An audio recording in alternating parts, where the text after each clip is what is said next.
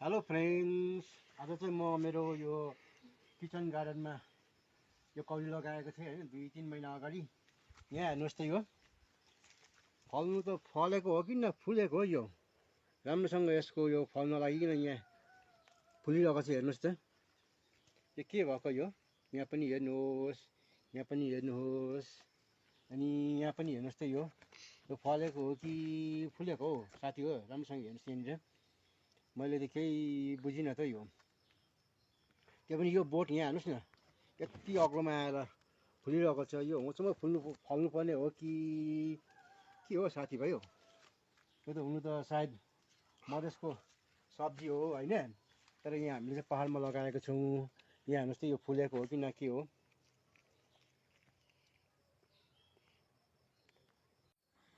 यो कौलीको बोटको साइज चाहिँ राम्रोसँग हेर्नु साथी हो। तपाईँलाई म पुरै देखिरहेको छु ल।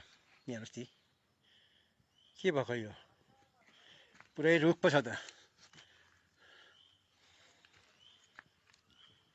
सिँढी पो लगाएर टिप्नुपर्ने हो कि हो यो त। अचम्म भइरहेको छ। यहाँ यति अग्लो आएको छ यो बोट। यहाँ हेर्नुहोस् त, यति अग्लो त नहुनु पर्ने हो बोट।